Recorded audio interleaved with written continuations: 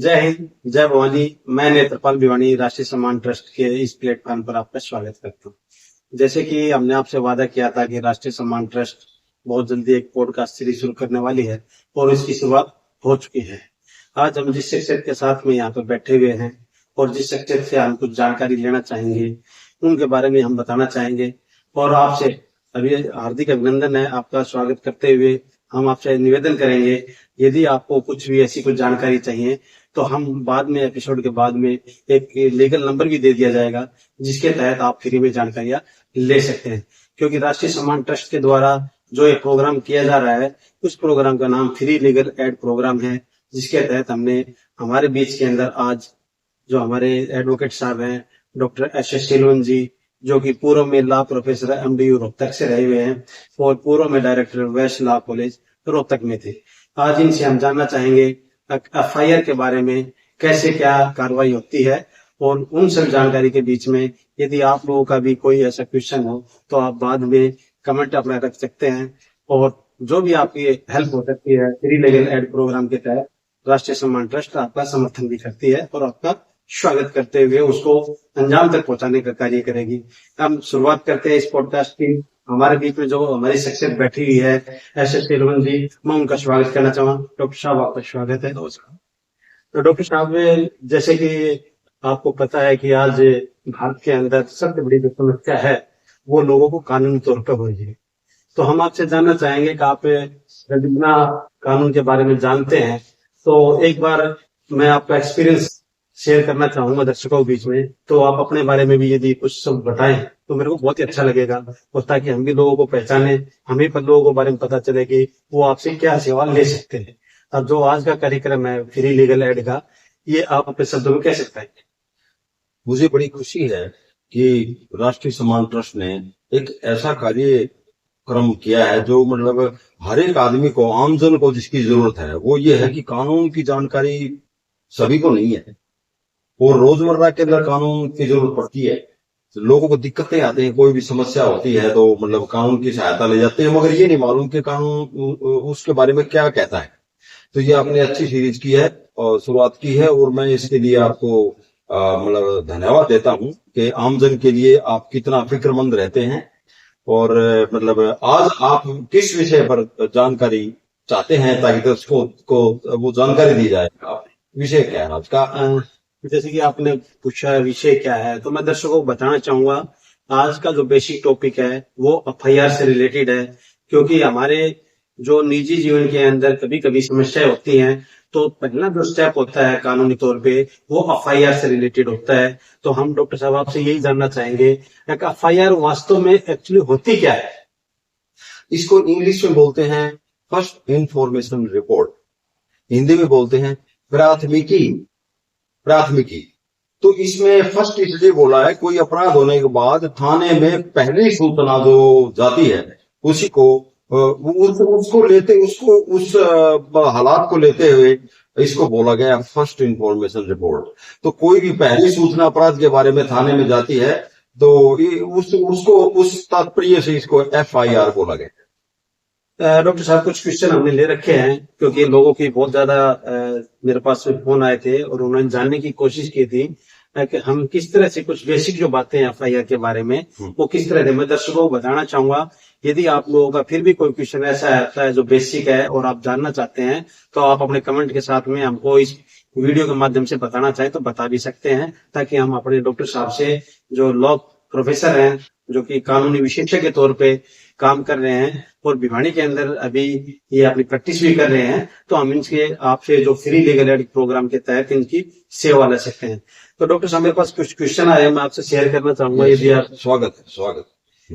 जैसे कि किसी ने पूछा था FIR कौन करा सकता है? FIR कौन दर्ज करा सकता है? जी, इसके अंदर पीड़ित व्यक्ति FIR दर्ज करा सकता है, उसके स्वजन जो है FIR दर्ज करा सकते हैं, उनका पड़ोसी दर्ज करा सकता है, या फिर कोई अनजान व्यक्ति भी करा सकता है। क्योंकि अपराध की सूचना देनी होती है तो कोई भी अपराध की सूचना दे सकता है। FIR यदि कोई भी करा सकता है, तो कई बार हमने देखा है कि जो पीड़ित होता है वो FIR कराने के लिए जाता है तो उसकी कई बार FIR दर्ज नहीं होती। ऐसा क्या कारण होता है सर? ऐसा है कि कानूनी कारण भी हो सकता है, और दूसरा कारण आपको बताऊं, कोई किसी प्रकार की सिफारिश या किसी प्रकार का भ्रष्टाचार का रोल हो सकता है, जिसके अंदर एक सही केस में भी एफआईआर दर्ज नहीं की जाती।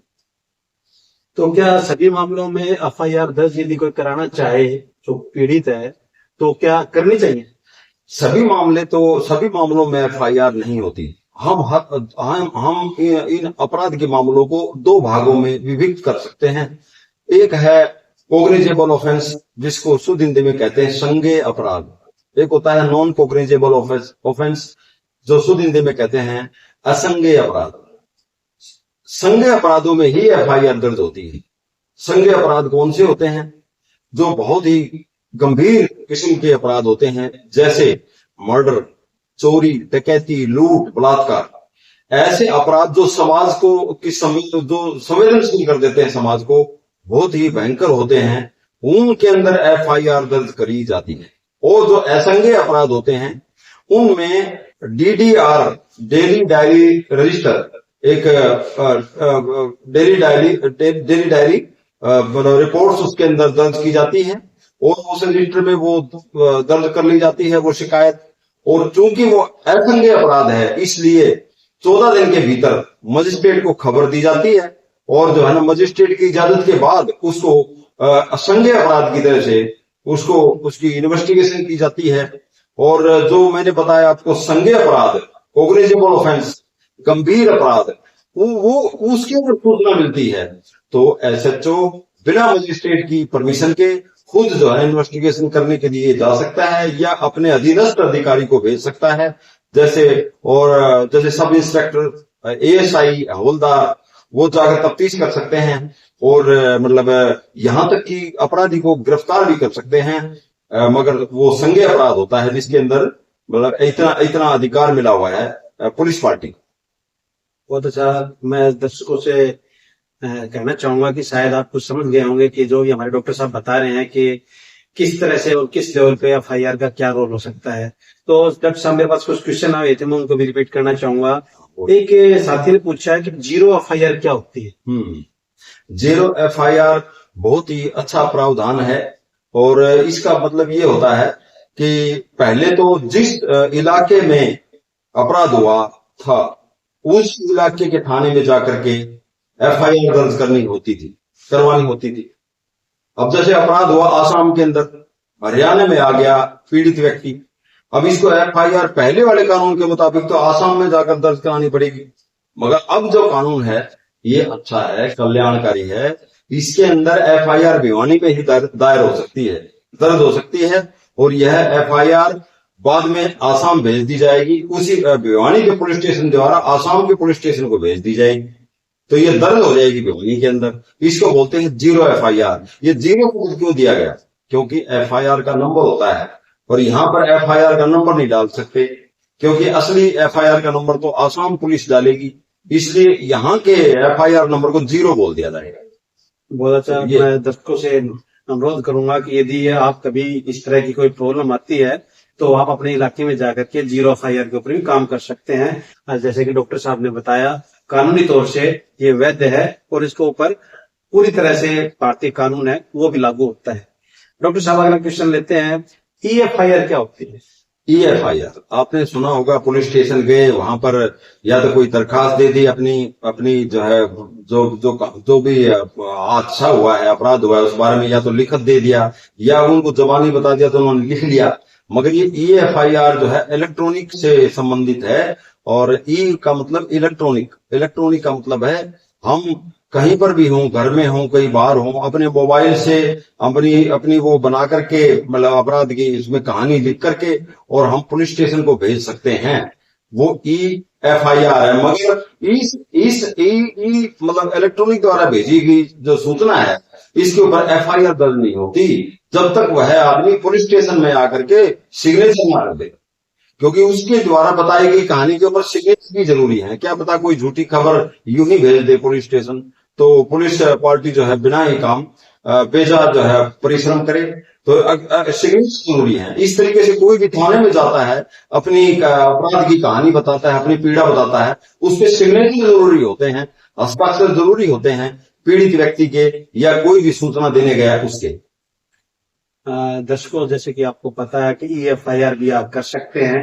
EFIR क्या होती है, डॉक्टर साहब ने उसको डिफाइन किया।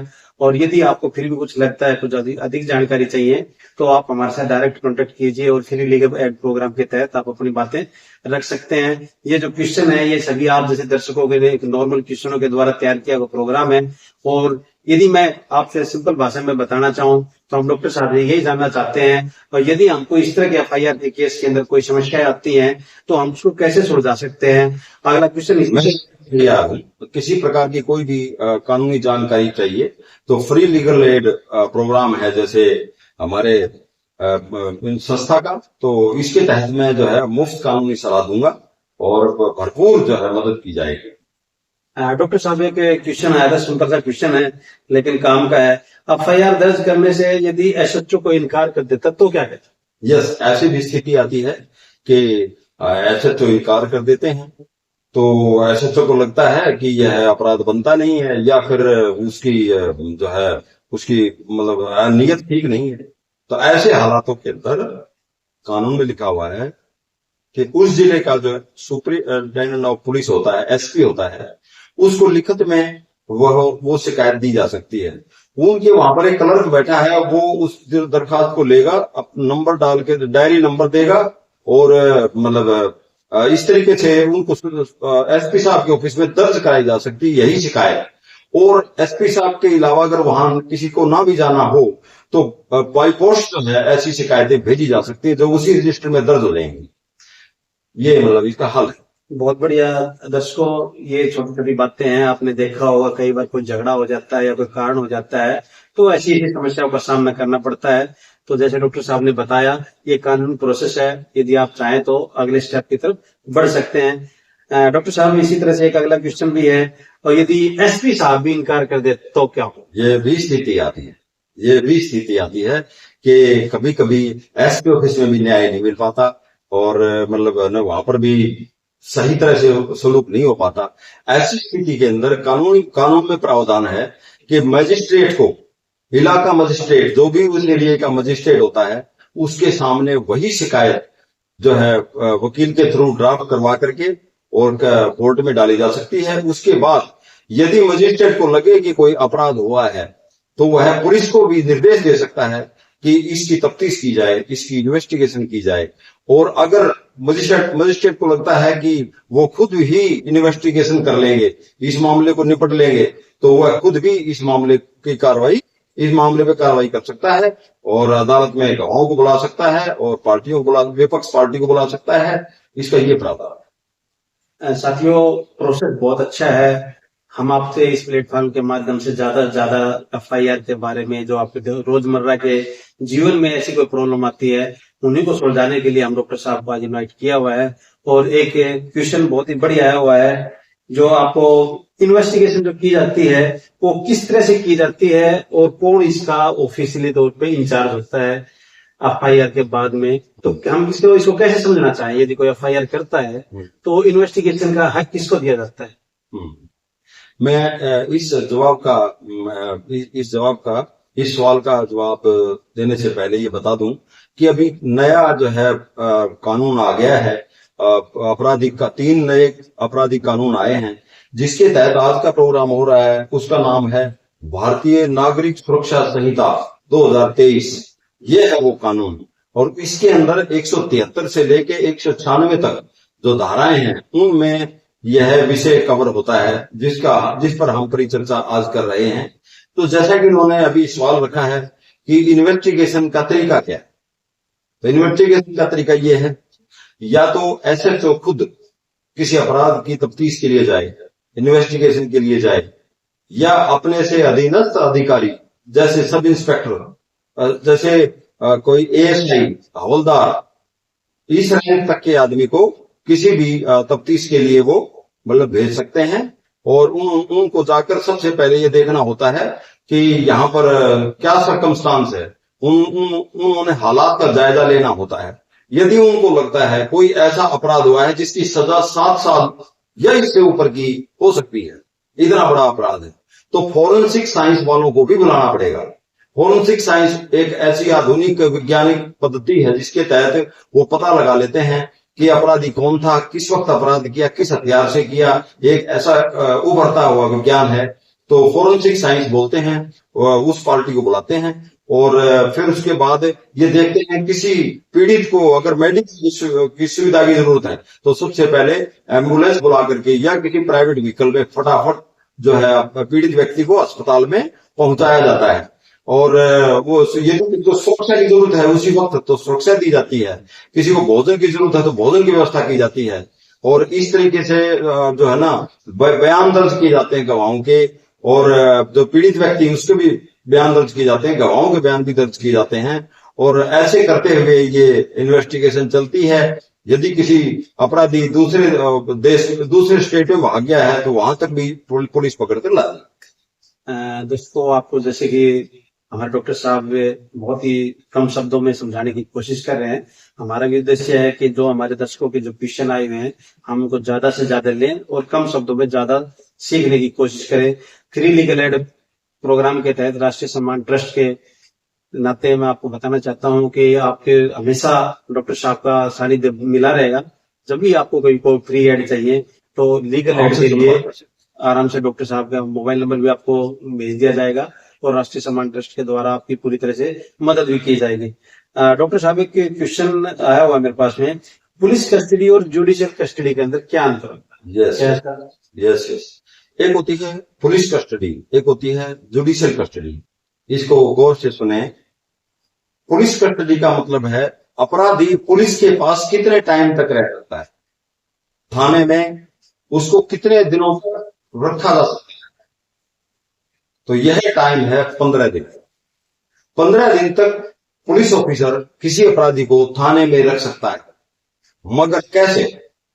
वो ऐसे रख सकता है कि अपराधी को जो हम पकड़ा, अरेस्ट किया, उसको 24 घंटे के भीतर मजिस्ट्रेट के सामने पेश किया जाएगा। मजिस्ट्रेट यदि पुलिस कस्टडी देता है, यानी कि रिमांड के लिए टाइम देता है 3 दिन का, तो पुलिस कस्टडी हुई 3 दिन। यदि रिमांड देता है 7 दिन का तो पुलिस कस्टडी हुई 7 दिन। तो इस तरीके से अदालत द्वारा यह टाइम दिया जाता है और इसमें मतलब पुलिस ऑफिसर की मनमानी नहीं चलती। पुलिस ऑफिसर 24 घंटे तक अपने पास रख सकता है, इससे ज्यादा नहीं। और इससे अधिक यदि पुलिस ऑफिसर को कोई पूछताछ करनी है तो मजिस्ट्रेट से अनुमति लेवे, जिसको पुलिस रिमांड कहते हैं और उसी को पुलिस कस्टडी कहते हैं। और वो है थाने में उतने टाइम तक रख सकता है, उसको फौरन बाद मजिस्ट्रेट से के सामने वो पेश करना पड़ेगा। तो कुल मिलाकर के 15 दिन तक ऐसी पुलिस कस्टडी में वह मुलजिम रह सकता है।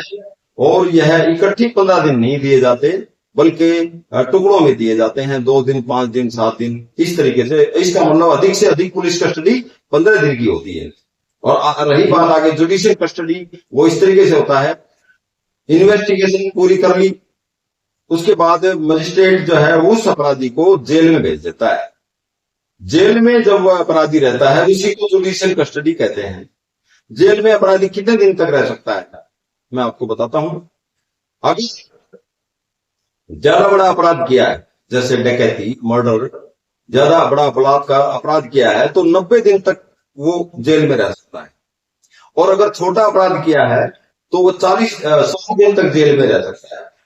और उसके बाद 90 दिन या 60 दिन के बाद उसको जमानत देने की जहां तक बात है वो मजिस्ट्रेट की मर्जी होती है, जमानत देवे या ना देवे।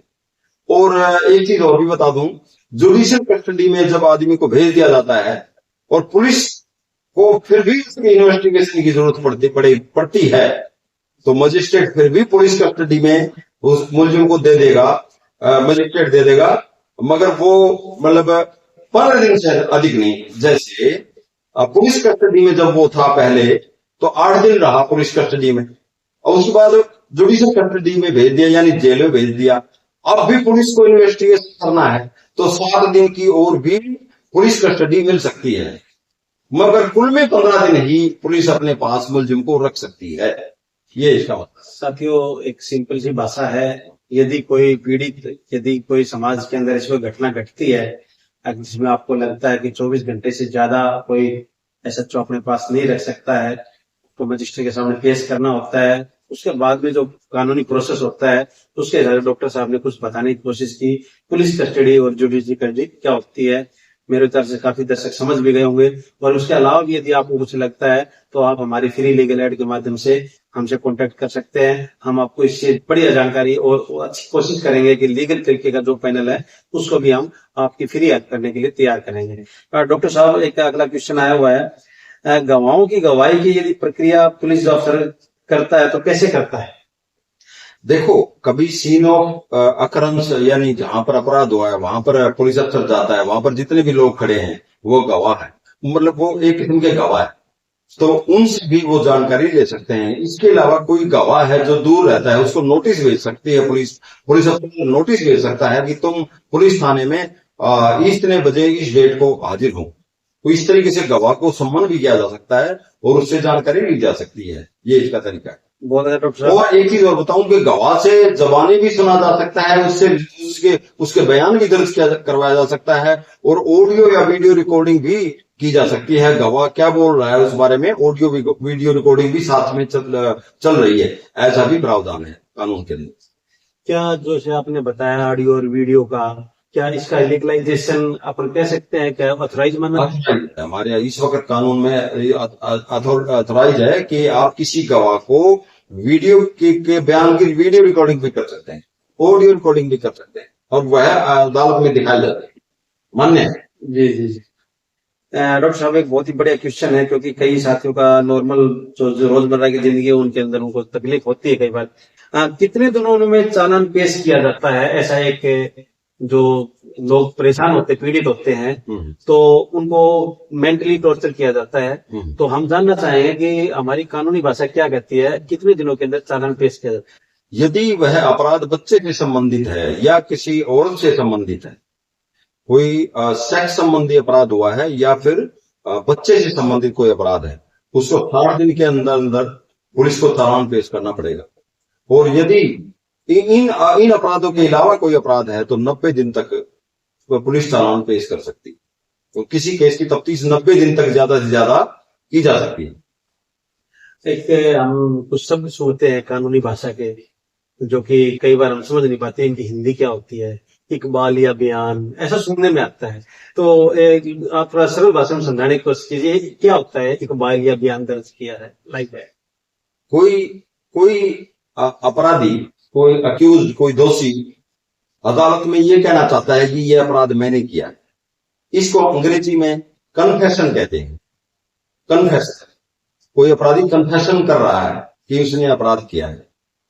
हिंदी में इसको कहते हैं वह स्वीकारोक्ति कर रहा है, स्वीकारोक्ति, वो स्वीकार कर रहा है कि यह अपराध उसने किया है।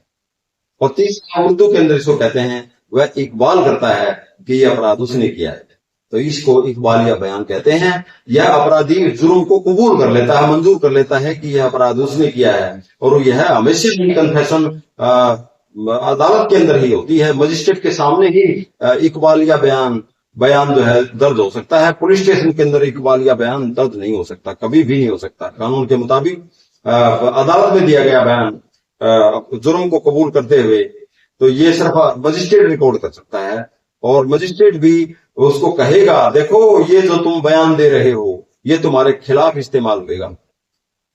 तो यह इसको पहले बता दिया जाता है और यह भी पता करता है कि कहीं पुलिस के दबाव में या किसी और व्यक्ति के दबाव में ये गुनाह को कबूल तो नहीं कर रहा, ये गुनाह को मंजूर तो नहीं कर रहा कि उसने किया है। ये भी पता करता है। इसका मतलब मजिस्ट्रेट ये पता करता है कि वो स्वेच्छा से, स्वतंत्र दिमाग से यह बयान दे रहा है। ये भी मजिस्ट्रेट की ड्यूटी है कि पता कर ले कि ये किसी दबाव में तो बयान नहीं दे रहा, क्योंकि ऐसा बयान देने के बाद उसकी सजा पक्का होगी। ये बहुत बढ़िया, अच्छा लगता है कि मेरे जैसे दर्शकों को काफी कुछ समझ में आया होगा। कुछ शब्द हम सुनने में आते हैं लेकिन असली मीनिंग क्या होता है डॉक्टर साहब ने बताया। हिंदी, इंग्लिश और उर्दू के कुछ शब्दों का यूज होता है जो हमारी रोजमर्रा की जिंदगी के अंदर होता है। तो बहुत ही अच्छा लग रहा है। ये कार्यक्रम आपको कैसा लगा साथियों, मैं आपसे निवेदन करूंगा आप इस प्रोग्राम को जैसे भी देखें, जब भी आपके पास पहुंचे आप इस चैनल को सब्सक्राइब करें। इसको भी अपने कमेंट के माध्यम से बताना चाहें कि आप क्या जानना चाहते हैं। और लीगल फ्री एड के जो प्रोग्राम है राष्ट्रीय सम्मान ट्रस्ट के द्वारा किया जा रहा है, इसको आगे किस तरह से बढ़ाए और आपकी कैसी क्या जानकारी चाहते हैं, आप लिख करके दे सकते हैं। मैं एक और क्वेश्चन आया मेरे पास में डॉक्टर साहब, यात्रा में या अदालत में पेश करते समय जो हथकड़ी का प्रयोग होता है, ये क्या होता है? हथकड़ी का दरअसल क्या है कि हमारे सर्वोच्च न्यायालय ने कहा कि भाई ये केस में हथकड़ी लगाकर जाते हैं, इससे तौहीन होती है, आदमी की अपमान होता है। तो इस वजह से जो है ना, इस कानून के अंदर भी अभी इस वक्त जो मैं जिस कानून का जिक्र कर रहा हूं, भारतीय नागरिक सुरक्षा संहिता, इसके अंदर भी ये दिया है कि बड़े बड़े अपराधों के मुलजिमों, बड़े बड़े अपराधों के दोषियों को हथकड़ी पहनाई जा सकती है।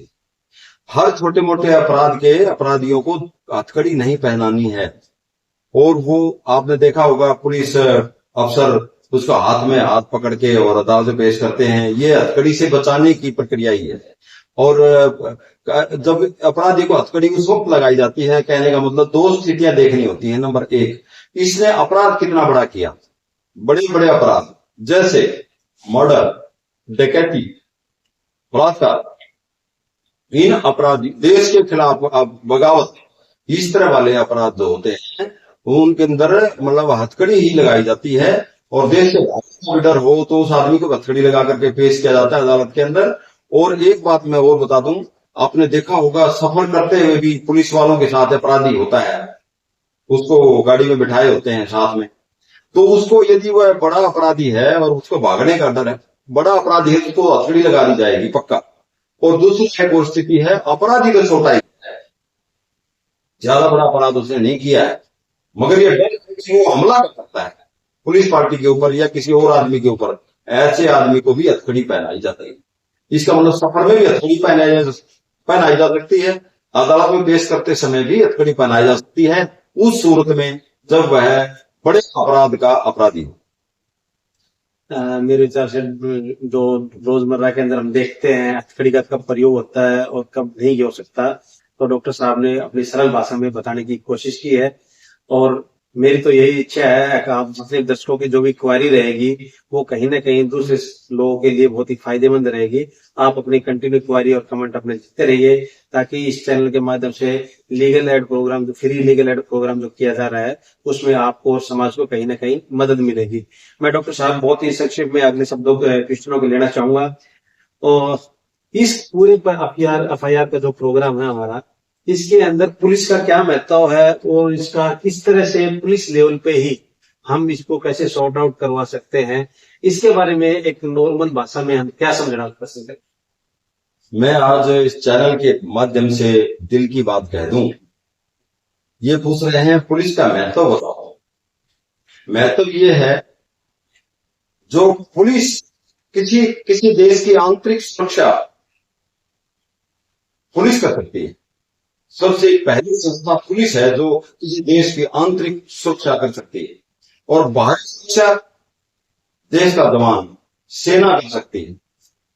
तो जो आंतरिक सुरक्षा की जिम्मेदारी पुलिस के कंधों पर है, यह इसका इतना महत्व है, पुलिस में का इतना महत्व है कि जो न्याय पुलिस दे सकती है वह सुप्रीम कोर्ट भी नहीं दे सकता, वो सर्वोच्च न्यायालय भी नहीं दे सकता जो पुलिस न्याय दे सकती है।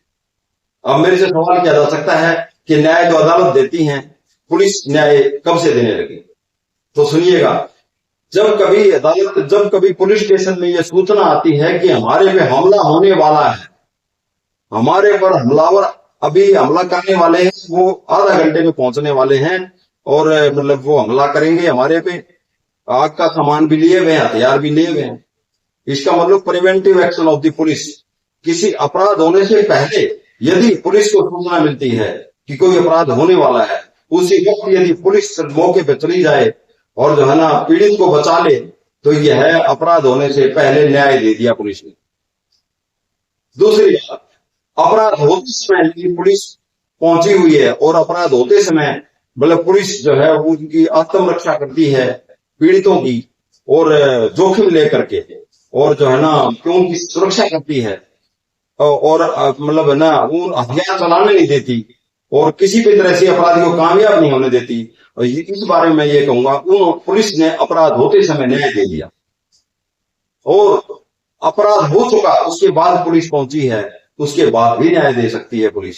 वो इस तरीके से कि अच्छी इन्वेस्टिगेशन करे, सच्ची इन्वेस्टिगेशन करे और लोभ लालच में ना आए, किसी फोन के दबाव में ना आए, सही गवाहों को का बयान ले, मेहनत करे, इन्वेस्टिगेशन करे और अच्छे तरीके से मतलब मेडिकल उसके मेडिकल MLR कटवाए, उसकी कोई जरूरत हो तो इसका मतलब हुआ गवाहों की सूची बनाई है, अच्छी इन्वेस्टिगेशन करी, सच्ची इन्वेस्टिगेशन करी है, तो अदालत में जाकर गवाही भी दी है, इस केस में अपराधी को सजा मिल जाएगी।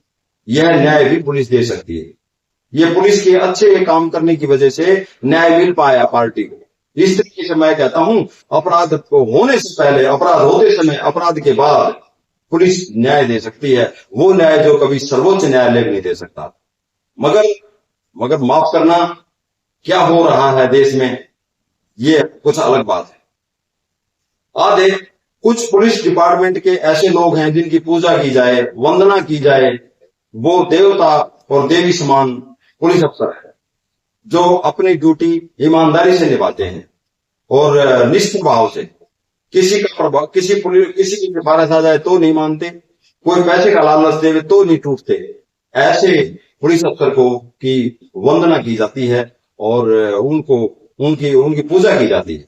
मगर माफ करना, कुछ ऐसे भी पुलिस अफसर हैं इसके अंदर जिन्होंने बंटा हल कर रखा है इस देश के कानून का, इस देश के न्याय का बंटा है। पुलिस स्टेशन के अंदर जो है कुछ वोमेन पुलिस अफसर लगाई गई हैं जो वोमेन की सहायता करें, महिलाओं की सहायता करें, मगर उन्होंने भी दुकानदारी खोल रखी है। महिलाओं के अंदर महिलाओं की सुरक्षा के लिए मतलब महिला पुलिस अफसर लगाए गए हैं। कितना अच्छा उद्देश्य था कानून बनाने का कि भाई महिलाओं की समस्याओं को महिला पुलिस अधिकारी सुने, मगर वहां पर भी दुकान खोल रखी है। मेरी बात का ये मतलब है कि पुलिस अफसर ईमानदार भी हैं और बेईमान भी हैं। पुलिस अच्छा काम भी करते हैं और जो है प्रभावित भी होते हैं। आज के दैनिक जागरण के अंदर गुड़गांव के अंदर प्रिंस हत्याकांड में हाई कोर्ट ने अभी जो है ना ऑर्डर किया है कि DSP और 3 थानेदारों के खिलाफ कार्रवाई कीजिए, क्योंकि प्रिंस जब मरा तो उसका झूठा केस कंडक्टर पर लगा दिया गया था और कंडक्टर को बहुत ही ज्यादा प्रताड़नाओं से गुजरना पड़ा। तो तुम आपको ये आज का ही मैं उदाहरण दे रहा हूं, तो इसको दिल पे लेने की बात नहीं, सुझाव की बात है कि मतलब एक पुलिस अफसर को ईमानदार होना चाहिए। यदि पुलिस अफसर की कोई रोटी कपड़ा मकान की समस्या है तो उसको सरकार को उसको ठीक करनी चाहिए, और उसका सब कुछ जीवन बढ़िया है तो उसको ईमानदारी से काम करना चाहिए। दर्शकों को बताना चाहूंगा कि जैसे कि अभी डॉक्टर साहब ने बताया, पुलिस हमारे लिए कितना महत्वपूर्ण हो सकती है और किस तरह से अपना रोल निभाए। हमें कहीं ना कहीं हमारे इन योद्धाओं की जरूरत पड़ती है, क्योंकि पुलिस एक प्रशासनिक तौर पे लोगों के एक दोस्ती का फ्रेंड सर्कल के नाते आपके दिन रात मेहनत करने के लिए तैयार रहती है। आपको देर सवेर, जैसे कि हरियाणा के अंदर भी हम देख रहे हैं 24 घंटे पुलिस का पहरा हर कोने पे, हर चौराहे पे मिलता है और वो सभी आप लोगों की सेवा करने के लिए तैयार रहते हैं।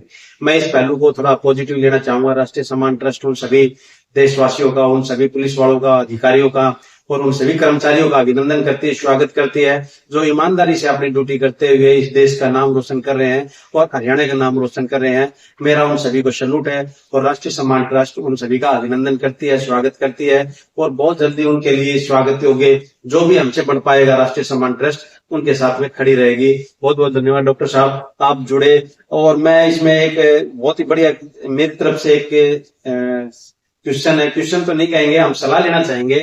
एक बड़ी अल्लाह और ऑर्डर के लिए आपके यदि निजी सुझाव लिए जाए तो आप क्या जोड़ना पसंद करेंगे? मैं अंत में यही कहूंगा कि मतलब इस देश में जितने अपराध होते हैं वो केवल 50% ही थाने तक जाते हैं, 50% अपराध थाने में नहीं जाते। कई कारण हैं उसके, तो मतलब पुलिस स्टेशन जाने के बाद वो मामलों को हर एक मामला रिकॉर्ड नहीं होता, तो आपको मालूम ही है बड़े बड़े केसेस के अंदर भी पुलिस अफसर जो FIR दर्ज नहीं करता। तो मेरा ये सुझाव है कि डीजीपी ऑफिस का एक पोर्टल खुलना चाहिए। उस पोर्टल के अंदर इलेक्ट्रॉनिकली मोबाइल से मतलब शिकायतें जाएं और वहां पर जो है ना कुछ टीम बैठी हो, वो हर एक जिले में वो मामले मतलब ट्रांसफर करें जो मामले आए हैं जिस जिले संबंधी, उन जिलों में वो शिकायतें ट्रांसफर की जाएं इन्वेस्टिगेशन करने के लिए। और इस तरीके से सभी मामले दर्ज होने चाहिए, छोटा या बड़ा। डीजीपी लेवल पे कोई पोर्टल खोलना चाहिए, उस पर सभी मामले मोबाइल से भेजे जा सके, कंप्यूटर से भेजे जा सके, सीएससी सेंटर से भेजे जा सके। क्योंकि आप खुद बताएं, मैं आपको कुछ स्थिति बता रहा हूं जिसके अंदर मामले पुलिस स्टेशन तक नहीं जा सकते, और वो दुनिया में दिखाई देता है कि मतलब पुलिस बहुत अच्छा काम कर रही है, थोड़े से अपराध के केस हैं बस, अपराध के केस दबे रह जाते हैं। जैसे कि शिकायत करने वाले के पास व्हीकल ही ना हो आने का, रात के 1:30 बजे हुए हैं, अपराध हो गया उसके साथ, अब वो व्हीकल तो नहीं है, एक आम आदमी गरीब आदमी है, 20 किलोमीटर उसका गांव पड़ता है, वो पुलिस स्टेशन आ ही नहीं सकता, तो मगर मोबाइल के जरिए संदेश दे सकता है। दूसरा, रास्ते में दबंग आदमी आने, दबंग आदमी ने पीटा है उसको, और वो रास्ते में बैठा है कि तू थाने तेरे को जाने नहीं दूंगा, उस चीज में मोबाइल से खबर दी जा सकती है। तन पे कपड़े ही ना हो, बिल्कुल नंगा कर रखा है कोई इंसान, अब वो पुलिस स्टेशन कैसे जाएगा? जो आगे अगर कोई गूंगा मूक बधिर है, बोल नहीं सकता, गूंगा भी है, वो कम से कम मोबाइल से लिख करके टेक्स्ट के अंदर भेज सकता है शिकायत को। और एक बीमार हो तो वो कैसे पुलिस स्टेशन तक आएगा? तो मेरा ये कहने का मतलब है, अपराध जितने होते हैं वो सारे के सारे मतलब जो दर्ज हो जाए तो ठीक, वरना डीजीपी लेवल पे एक पोर्टल होना चाहिए, उस पर शिकायत जरूर जानी चाहिए। उसके बाद पुलिस की जिम्मेवारी है वो अपराध के अनुसार अपना फैसला ले ले, इस अपराध में क्या एक्शन लेना है। मगर वो 50% शिकायतें लोग जो है अपने छाती के भीतर दफन करके रखें और उनकी कहीं सुनवाई ना हो, और इस दुनिया को पता ना चले कोई अपराध हुआ है।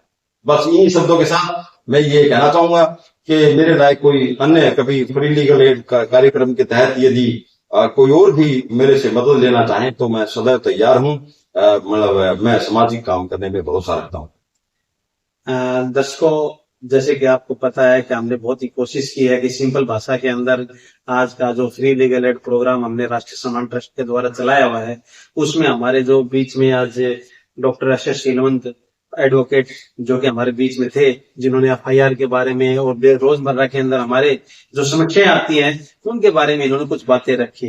राष्ट्रीय सम्मान ट्रस्ट आपके साथ हमेशा बना रहेगा। यदि आपके दर्शकों की यदि कोई भी ऐसी क्वारी, यदि कोई भी लीगल प्रोग्राम के तहत आप अपनी कोई क्वारी करना चाहते हैं, कुछ सलाह लेना चाहते हैं, तो आप राष्ट्रीय सम्मान ट्रस्ट से कांटेक्ट कर सकते हैं। आपको पूरी तरीके से राष्ट्रीय सम्मान ट्रस्ट हेल्प करेगा और कोशिश करेगा कि कानूनी तौर पे आप जिस भी पचड़े के अंदर यदि फंस चुके हैं तो आप वहां से निकालने के लिए हम प्रयासरत रहेंगे। और जो राष्ट्रीय सम्मान ट्रस्ट के साथ में कानूनी तौर पे हमारे साथ जो जुड़े हुए हैं वकील लोग भी है, या हम कह सकते हैं कि हमारा जो संगठन इतना मजबूत है, जो सामाजिक कार्य कर रहा है, उसमें हम चाहेंगे कि हमारे डॉक्टर साहब जैसी शख्सियत जो जुड़ी हुई है, हम उनसे पूछेंगे और उनके द्वारा क्या हेल्प आपकी की जा सकती है उस प्लेटफॉर्म पे लेकर के आने की कोशिश करेंगे।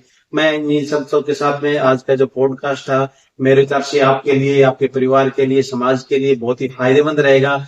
आप सुरक्षित रहें, सही रहें, स्वस्थ रहें, इन्हीं शुभकामनाओं के साथ में मैं नेत्रपाल भिवानी एक बार फिर आप सभी का बहुत बहुत आभार व्यक्त करता हूं। और यदि आपको यह चैनल पसंद आता है, राष्ट्रीय सम्मान न्यूज का यह पॉडकास्ट प्लेटफॉर्म पसंद आता है, तो आप इसको सब्सक्राइब कीजिए, लाइक कीजिए, कमेंट कीजिए। और हम दिन रात आपकी सेवा के लिए भिवानी के अंदर बने हुए हैं और पूरे हरियाणा के साथ साथ में हम पूरे भारत देश में आपकी सेवा करने के तैयार हैं। इन्हीं शब्दों के साथ में डॉक्टर साहब आप जुड़े हमारे साथ, आपका बहुत बहुत धन्यवाद, आभार, क्योंकि हम चाहते थे कि ऐसा एपिसोड आपके बीच में लेकर के आए। इन्हीं शब्दों के साथ में मैं नेत्रपाल भिवानी एक बार फिर आपको जय हिंद, जय भवानी, नेत्रपाल भिवानी अभिनंदन और आभार व्यक्त करता हूँ।